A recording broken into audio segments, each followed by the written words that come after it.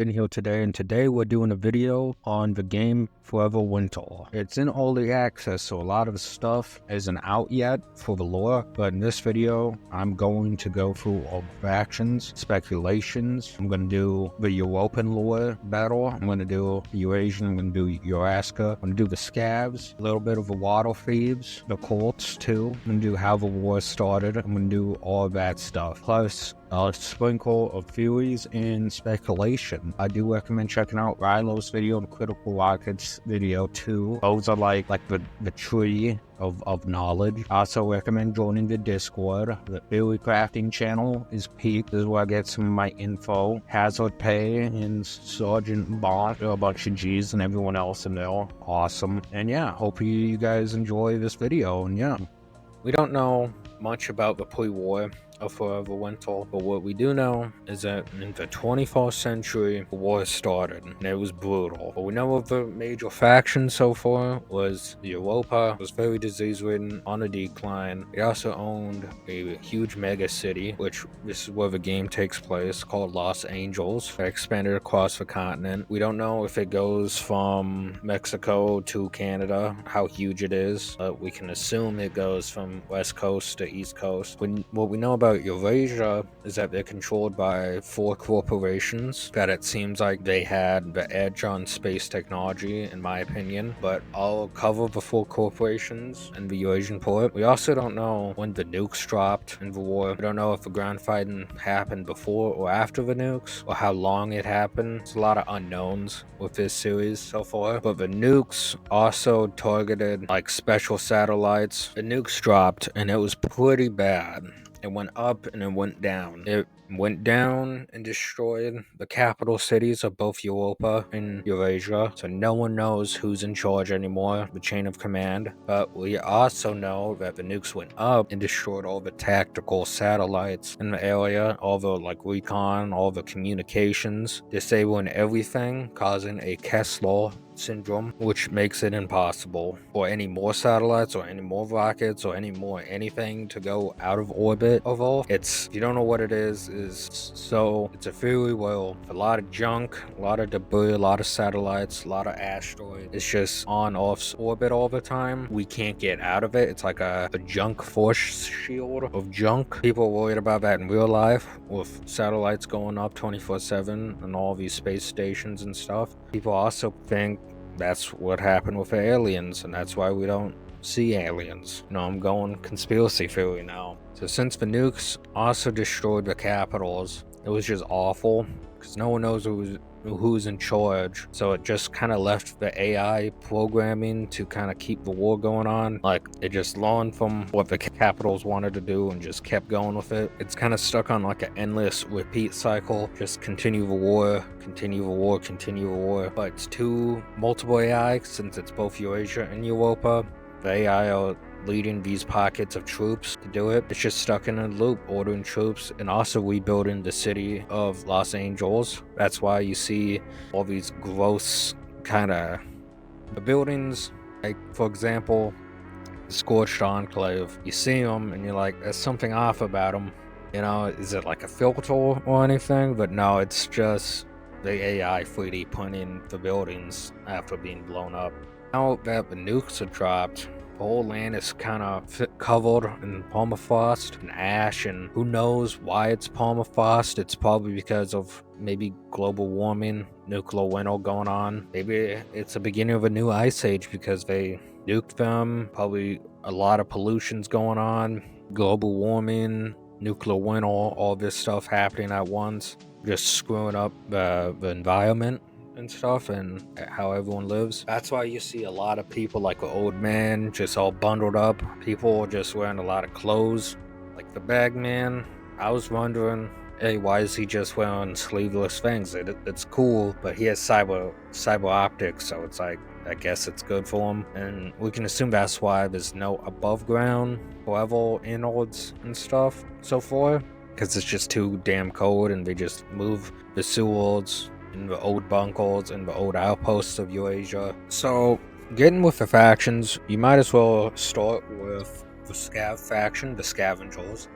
These guys are what you play as: the old man, the bagman, the Masked Man, Gunhead, and the Scav Girl. That's what you play as in-game, because you're not really the cool, European elite soldiers, you're not the sick Eurasian officers. You're just a scavenger, you're a civilian, you're a civvy. And the mega city, that's all you kinda are. You go in, take as much of this stuff you can, you play both sides, kinda like Mac and Always Sunny. You play both sides, never lose, but you do lose a lot, that's the thing.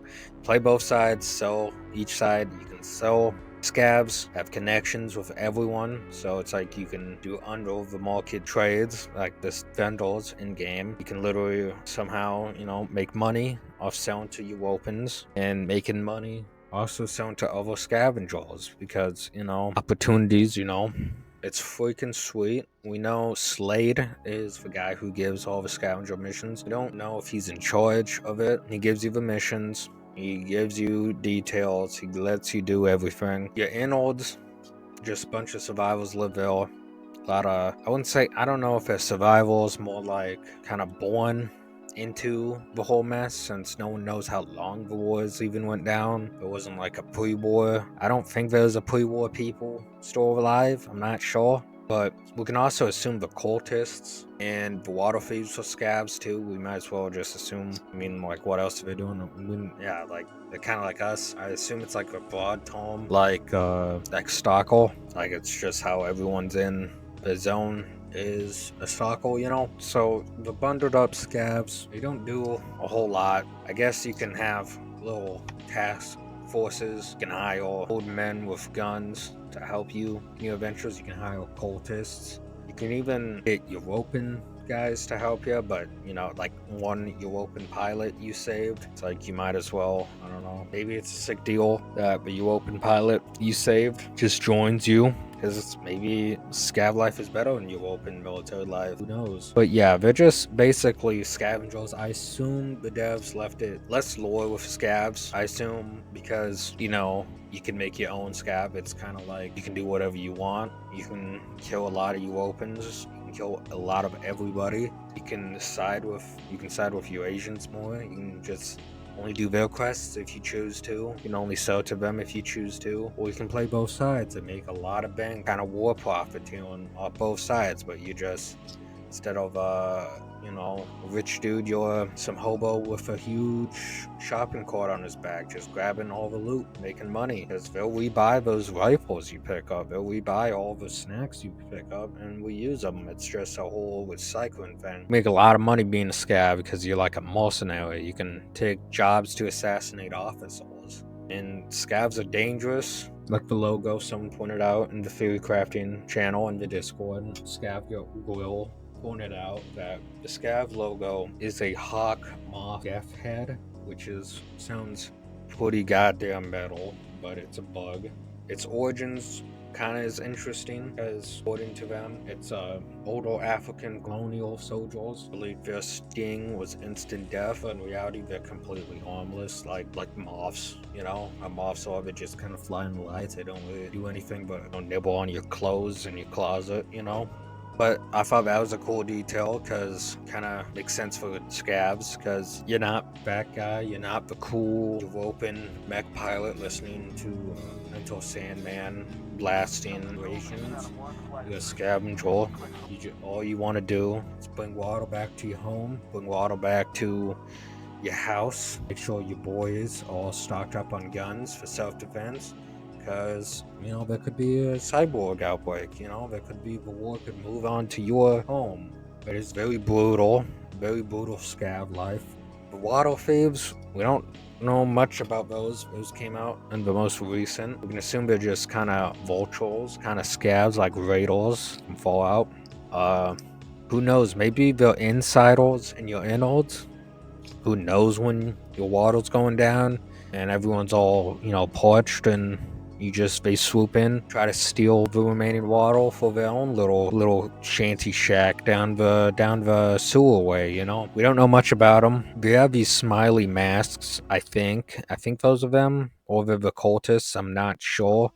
I'll check in it. We also don't know much about the cultists too. From what we can see is that there was probably two cults There's one that celebrates the Rat King and the Met God and all this other stuff. Like, that's what you see the malls for. And there's anti-AI cults that hunt down rogue AI, kind of pinch them at the stud or whatever the saying is. And people don't know what side they are. There's predictions that they're Eurasians trying to maintain the or ex-Eurasians, not like, from Eurasia, trying to maintain, just nip it in the bud so they don't go crazy, they don't go on the super spree. The anti-rogue AI plus Rat King cults. It's crazy. There's multiple religions going on in the scav community. Like in the innards, you can buy a pro mech god more where you can pray to and it'll answer back to you. Who knows what that does? But also you can hire these cultists who are also, I think, the rogue of the opposite side of the mech god. They hate rogue AI. They want to hunt them down. They want to kill them. They look cool. I'm pretty sure that's what Lilo's concept art is, I think. What got turned into, I think. They're cool. They could act as mercenaries too, because, it takes a lot to hunt down rogue AI, because it's probably going to be a rogue grabble. Like, how are they going to hunt that down? So they might as well. I kind of think of them as a chaos insurgency and SCP, where they're kind of like, they have a goal, but they also take odd jobs to do that goal. So let's say you can buy them and they help you get water. You give them money. They use that money to go hunt down a rogue grabble. Who knows? I want more lore about the cults, and I want more like clans appealing about the scavs. I just don't want to be. I just want the game to be like, I'm not the only in-order guy. I'm not the only scav dude with my place. I think it's gonna be cool. We're probably gonna learn more about it later. And yeah, God damn it. Make it bless the Rat King. Next right up is the Europan faction. My personal favorite of the 3 major factions. Europa faction takes up the NATO countries like North America, Western Europe, even Brazil. There's a lack of Sweden. You can look in the map, which is kind of intense. I don't know why that's a thing. Basically, the setting of them in the game is in a defensive war in Los Angeles, kind of, or the mega city they're kind of based in from Euraskan and Eurasia. So it's kind of, I assume most of them kind of forgot what they were fighting for in the long run. So they're just fighting the fight because the AI overlord kind of keeps telling them to fight over and over again. You don't know much about the society, like what's going back at home in Federation. It looks run down, it feels run down. Soldiers don't even know if it's even there still. It's run down, horrible, tightly controlled government, like kind of strict. Kind of looks like a better looking slums from the concept of what we can see. The Europeans position it in the game, in my opinion, they're the underdogs in the conflict. But yeah, they do have numbers, but they don't have the tech, since Eurasia is 1 or 2 generations higher than Europa. So yeah, they don't have, the food like Eurasia can grow. They don't have, in my opinion, the air. They don't have probably manufacturing as much. I'm not sure. This is just speculation. Seems like they're mostly relying on their stockpiles, since how you are on the rank, the more equipment you get. And the battle technique is kind of cool, kind of diverse with it. You can see them fighting in trenches, like in Elephant Mausoleum. Like, that's where you can see World War I looking sign that points to each capital or each city or each nation. Like, you see some German cities, but then you see Brazil, and so the soldiers know where home is. It's like probably a morale booster. But you can also see them fighting in open combat, attacking their interests and stuff. They have a lot of medium, kind of small armored mechs, kind of the armored core looking ones. Cool as hell. Honestly, Exos are my favorite so far. They play a very important role in the European infantry. And as I stated before, Europa kind of lacks air superiority in my opinion. That's my opinion. I don't know about you guys. I mean, I guess you can see anti-aircraft weaponry in Elephant Mausoleum. And I guess you can also see the Eurasian bomber planes. They're kind of torn up. They're not the greatest. You can probably see bullet holes. They're kind of grimy looking. So who knows? Maybe they did. Maybe they do. Yet those Eurasian bombers kind of slip by a lot. But they're massive. So getting shot somewhere might not even affect it. And they can still drop cyborgs. And yeah, it would be cool if there was a map with one of those crashed in it. That'd be sick as hell. So since we also have bad air superiority, we use drones, these trash can looking guys, to support their entrenched units. They have bunkers and bases all around game, all around Mega City, Los Angeles. That's where they get all their info from. Those combat the Eurasian drones gives infantry more feedback, kind of like UAVs, kind of know where everything is.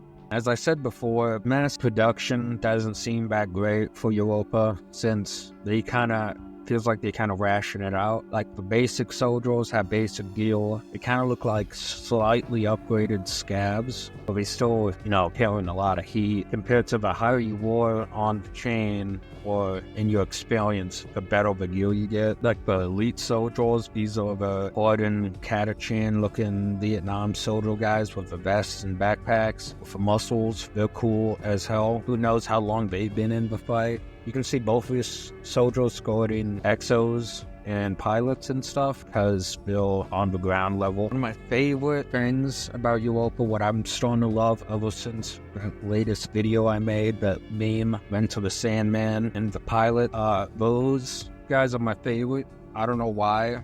They're usually protected. They usually have like a SMG on them and stuff. And they're usually protected by bigger, more stronger soldiers because they're not really good on combat, like without their exos. I like to imagine they're important in the European chain because I like to think the exos are kind of not the most easy to drive, so those guys are skilled, those guys have important knowledge, maybe it's even passed down, I don't know. I love it. Europeans have a lot of cool units, and I can rant on and on about these guys. You got the EOD, these guys, honestly, or the Space Marines of Europa. They're tanky, they're hunter killers. They will go after you if you take too much stuff. These guys are dope as hell. They're super armored out. They use LMGs. They can use these LMGs in-game to shoot from far away.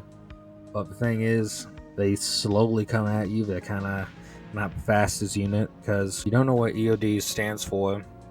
It's a military term, I believe, and it means explosive ordnance disposal. So these are the kind of guys who go do unexploded bombs and mines. They trigger them, or any hazard or anything. You usually just get them out, out of the way for tanks, out of the way for humans or infantry. But in this game, they seem like they're just hunters. I haven't seen them go for explosives. And I haven't seen them use land minefields. I haven't even seen them in land minefield, but who knows? Maybe that's what they do when they're off the job. They're hunting scabs that take a little too much water. I don't know. You got the Grin. Honestly, this is one of my... Oh my god. I love these guys. These guys have cool helmets. They are lightly armored. They have mostly shotguns, but they have this cool helmet. They play the ball as the squad leader. These are like the officers. These guys are cool. Kind of think of them as commissars. These guys are cool as hell.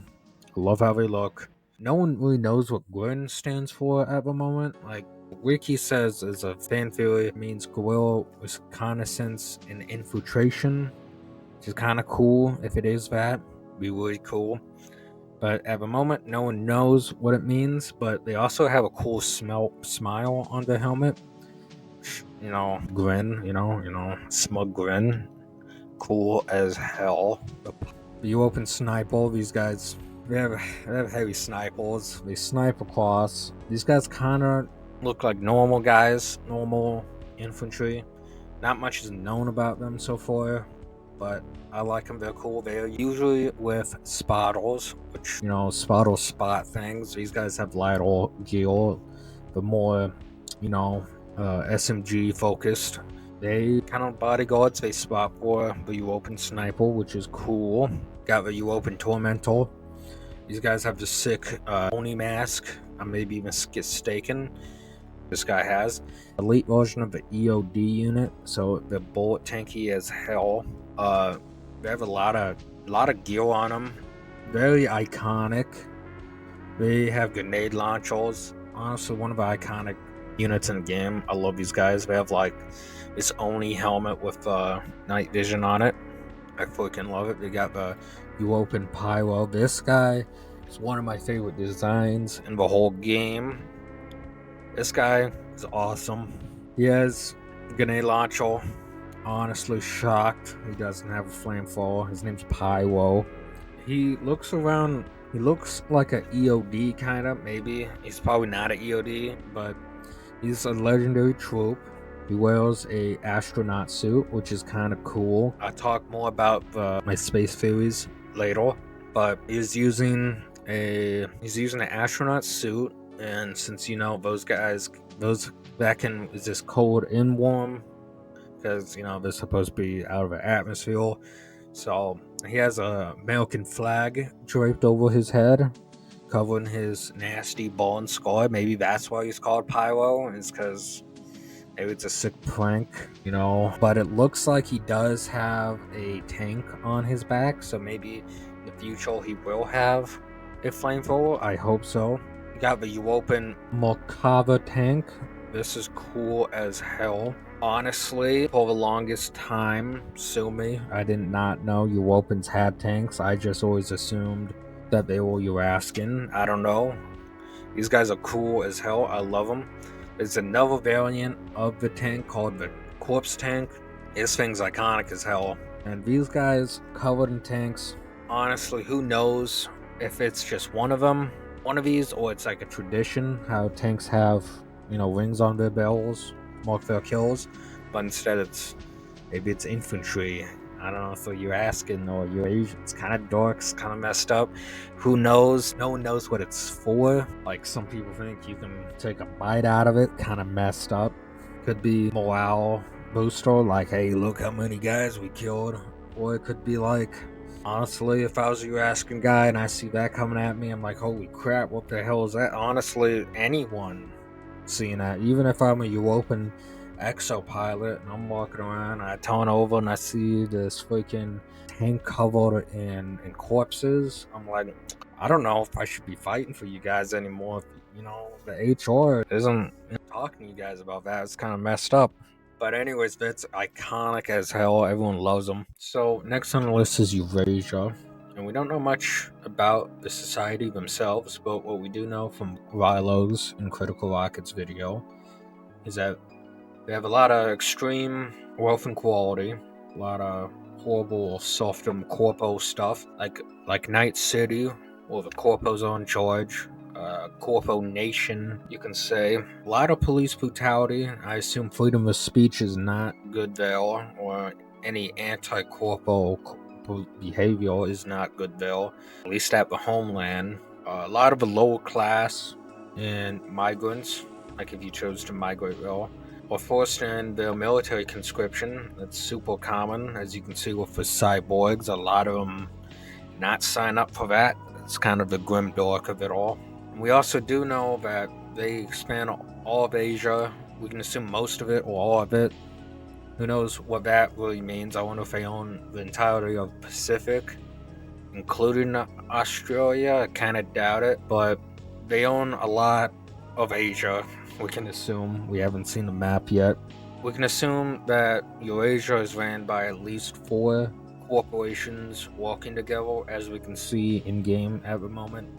And as we can see, we can only tell these by the details on the cyborgs, the details on the boxes of medicine, on the boxes of ammo. There was X-Vax, Okalamide. Got the Hypax group. We got the Zygatsu Biomedical. That's all we know so far. All of those four, probably more corporations are walking, keeping Eurasia walking and keeping it not dying. So Eurasia has military advantage on Europa, at least 1 or 2 generations ahead of Europa in terms of like body armor or tank armor, weapons, and just even mech technology. As we can see, Big Green is a massive feat. He is huge as hell. The force size is smaller than Europa's, so that's why they, instead of fighting them head on, they fight them in trenches. They do encirclement movements, breaking enemy lines, encircling them, then picking them off one by one, and that's how they can handle it, which is kind of surprising to me since they have a lot of cyborgs. Who knows, maybe we'll see a lot of cyborg wave coming in. As I mentioned, the cyborgs take up a lot of the Eurasian fighting force. They're like zombies. They're kind of dark and brutal. They're dropped by these solo bomber planes that drop them like bombs, but instead it's these cyborg zombie-like things. And I wonder what else they use these solo-powered bomber planes for. I wonder if they use them for civilian transport or whatever. But it's kind of cool seeing aircraft in it. Special treat. But going back to the cyborgs, a lot of it's just forced conscription, like immigrants and the lower classes. Like, you ain't no corporation CEO's son, you know, you're getting turned into a cyborg and put on the front lines into some war. And it's kind of dark as hell. Since they're kind of forced into it, they still have awareness of this situation. They're just kind of told stuff, and they have not much hope about returning back to normal life, but they hope they can. And that's why the cyborgs also drop alcohol when you kill them, is because that's how they escape, you know, their reality, kind of depressed. That's how, I assume that's why you see junk food on them too, because Eurasian cookies and alcohol, I guess that's how you escape, you know. Hopefully you can drown yourself in alcohol and the blood of your Europans until you can maybe see your family again. Cyborg units are there's a lot of them. Takes up like in game there's Vicralo. He's very slow. He sneaks up on you. I've only seen most of them in Ashes. Got the Scramble. These guys would jump at you like druggies. For a lot of unpredictable movements. They leap at you, they jump at you. People meme these a lot because they're kind of goofy looking when they jump. It's kind of uncanny how they do it, in my opinion. It's uncanny because it's like, if they are humans, I guess I haven't seen a human run up on me on all fours and leap on me. They're cyborg soldier. They're armed with close range weapons like P90s and AA-12 shotguns, which are pretty OP. Honestly, I've seen these guys mow me down and mow a lot of Europans down with those shotguns. They have some killer aim. Got the Bravo. The Bravo is, I assume, is a cyborg or a full robot. This is my profile picture. They're very tanky. They wield RPKs sometimes. They're bullet sponges. They do a lot of melee damage. Honestly, they're the one unit I hate running into. Like, I can take the EODs and the Europans, I can take anything on, but once I run into a Bravo, I'm like, maybe I should extract. I don't know. Maybe I'm just a coward. I don't know. You have the drones. These guys patrol. These guys look gross. I don't know if they're cyborgs or not. Some of them look organic. Like, they have pus on them. They kind of look like Knorgol stuff. They kind of remind me of the game Prototype. All the gunk and the machine kind of combining, like some T-virus stuff. It's kind of icky. So who knows how alive these things are or how robotic these things are. But concept art, they have like AKs and scythes and stuff. In game, they kind of look like mosquitoes or bees. Like, kind of unsettling as hell. I hate them. But they combat. You open drones. They kind of scout out the UAVs again. They also will pick a fight with scav forces. They're annoying as hell. There's also a lot of other special units in the game I like the God Sniper. I like how little heroes in the battlefield exist in this game. Because who knows how many Europans he's gone down, or Scavs he's gone down to own the name DMR God Sniper or whatever, something sick as hell. Hope he gets a unique uniform, because I think at the moment he just looks like a Vital so far, I think, if I'm not mistaken. Got the officers. These guys remind me of XCOM and that one Bethesda game that kind of flopped with their helmets. I kind of love it. They have close range weapons, but they also command the cyborg units. So it's kind of sick. I love these guys. They're my top 5 favorite units. You got the Chopper. It's called a Chopper in the game, or the Ultra Hind. It is seemingly modeled after the Mi-45 Heine gunship. I think it's a Russian gunship. I don't know why Eurasia has it. Some people predict that it's probably landed, or maybe a Southeast Asia country uses it. You got Mother College. This is what everyone simps for. Everyone loves these guys. Or ladies, I meant. At the moment, they're invincible, but at night, all they do is walk around creepily, kind of stand in fields of ash. It's horribly creepy. And they collect dead or destroyed cyborgs and scabs. They are probably the most terrifying thing I've ever seen, because people simp for them, but I find them terrifying. I love them. I can see it though, but they're terrifying. They remind me of Mom and Coraline, and with hands, it's wild. But from what we do know, is the Zaikatsu biomedical is either the maker or one of the side guys cooperating with making Mother Colleges, which is cool lore. The Zaikatsu biomedical company. That's sick as hell. Next on the list is Eurasian, and these guys are cool as hell. He's probably, if I wasn't a European guy, I would be one of these kind of guys. The origins, they formerly Slavic states in some parts of Africa. Who knows how much of Africa they own, but they own a lot. They are a major ally, the main ally to Eurasia. They're the third wheel in this war, in my opinion. And they have a cool, wild, dark aesthetic. It's like they're trying to rebuild the Russian Empire, kind of dark as hell. Some people point out the Grabble and the Stalker could be like kind of a reference to the messed up Soviet experiments on dogs, kind of like the biohorrors if they went down that route still, like if they were still around today. They focus more on robotics. They are super good at bioengineering and biotechnology. They're good at using DNA and any organic materials they want. They get a little crazy with it by making bio art with organic material. They didn't even do the body tank, which is surprising. They play more of a supportive role in assisting Eurasia during the invasion. They do flanking operations, nighttime operations. You see them in the dark. You see them responding in the night missions. You see them on the sides protecting Eurasian assets. They're kind of bulky, so it makes sense why they're there. The symbolism is unknown about the logo. I explain it way more in its own video, but it reminds me, it looks like it's inspired on the old Imperial Russian flag. And there's a fan theory out there. Well, multiple heads, it could be AI trying to make a board, but it screws up.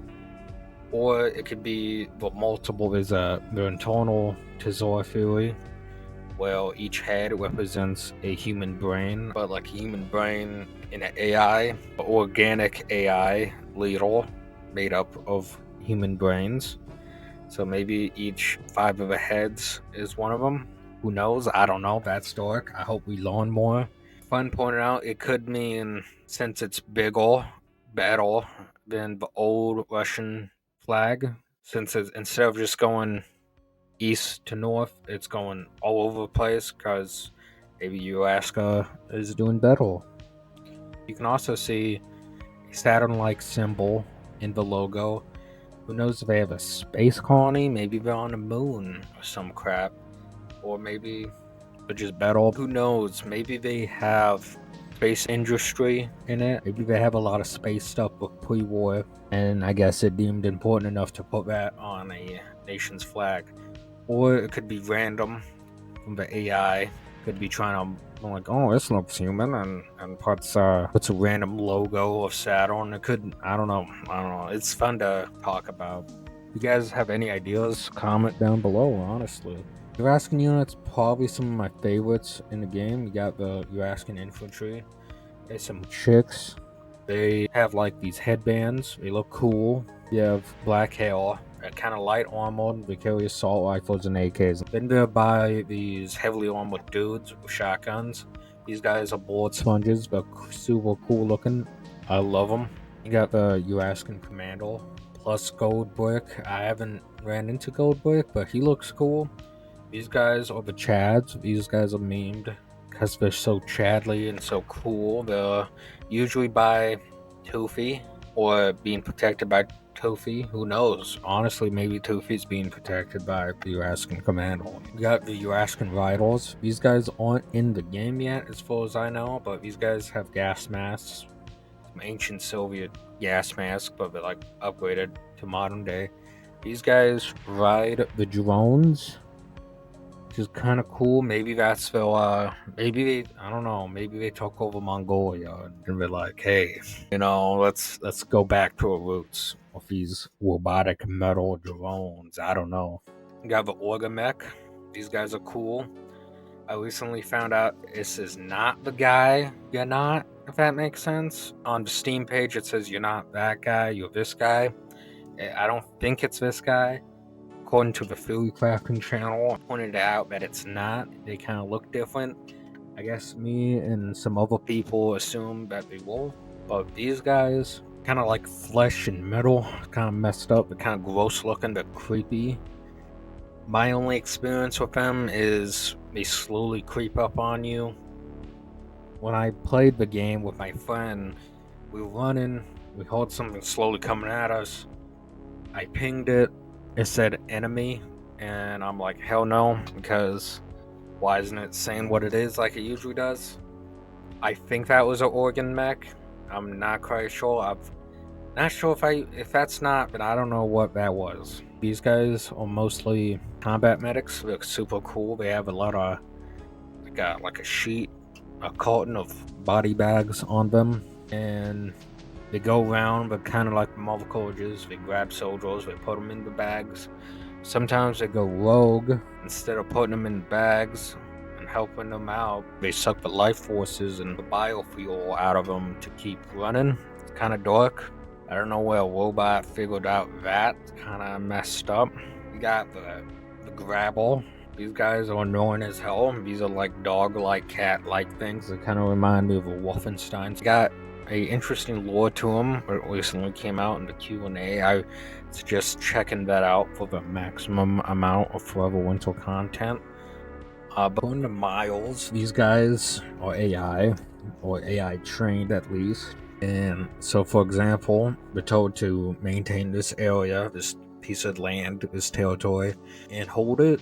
But sometimes it takes it too literally. So if that's all they're programmed, like, hey, this mile length place, you gotta defend it with everything you got.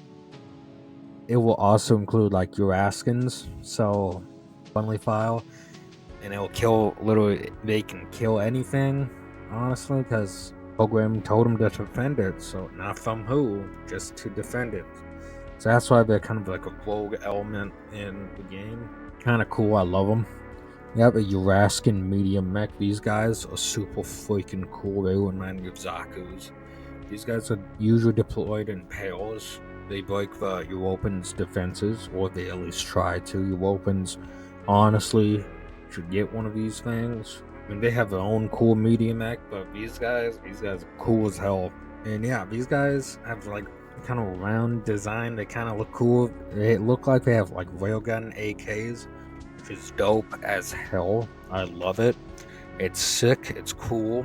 Probably one of my favorite things in the game so far. Let's go to the next part. So this part of the video, I'm just going to talk about the theories I've seen, the theories I believe. Just kind of spitballing, kind of talking randomly. Comment down below if you have any theories too. But Hazlepay said something very interesting. The Castle syndrome thing. That's where debris kind of locks in everything to off. You know, can't get out of orbit because there's so much debris and junk out. It's a theory I've discussed earlier in the video, but they think maybe that's propaganda. Maybe they can escape the atmosphere. Maybe they can send rockets into space. Maybe they can. And the only piece of evidence we got so far is that the 9x19 ammo is made in low orbit above Neo Southeast Asia, which is kind of unique. Who knows if they stockpiled that before the war or something? No one knows so far. Honestly, I find it unique. It could be Eurasian propaganda, like, hey guys, we can't get up there anymore, and Europa just believes it. I kind of doubt it. I wonder if they kind of stockpile it up before the war. It'd be cool if they have spaceship factories up there making ammo. I doubt it anymore. Maybe they're rogue now, who knows? But it's the small details on the boxes and on the food really gives a lot of lore, a lot of insight to what the hell's going on. And like before, Hazlepay, kind of how I got a lot of his theories, honestly, Smart Finkel, like the internal Eurasian Tizor theory. That's cool as hell. That's well, I mentioned in the Eurasian one. Well, the 5 heads of the eagles are just multiple monarch brains and one AI, kind of like, I hate to mention it, but in Fallout Tactics, how they have a huge AI ran by a lot of brains and a lot of horrible things in Fallout Tactics, and Vault Zero, I believe, not sure. Sergeant Bonk came out with a lot of cool ideas too. Honestly, these two been helping me a lot with video ideas and what to say in these videos. I really suggest, if they have social media, honestly check them out because they're sick as hell. Another theory I had was Saturn. Like, what's the deal with Saturn going on? You can see it in concept art for the old man. He has a Saturn bag.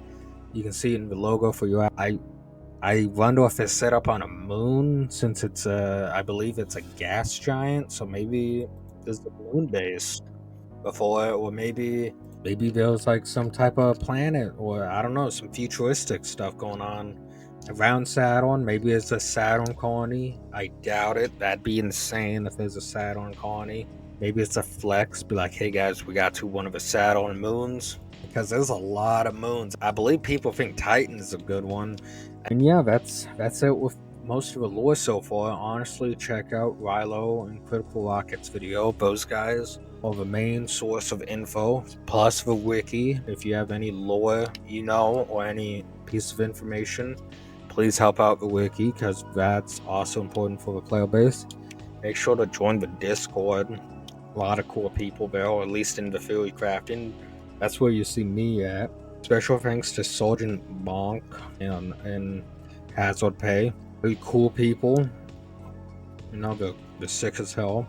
And yeah, if you like these types of videos, make sure to like and comment, and even subscribe if you want. You know, that's not the greatest video, but hope you guys like it. And yeah, I just want to share the love of this game. I have been obsessed with Forever Winter. The fan base seems chill so far. I love how there's not enough information. I love how you have to make your theories and have to do this stuff. I love it. I love it all. And yeah, if you have any theory ideas you want me to look into, or any kind of videos you want, comment down below.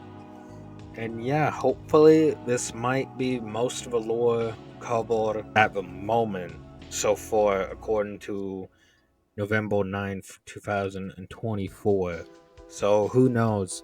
I'll probably make a way more updated video when more lore comes out. But at the moment, this is most of the lore. And yeah, snooze you later.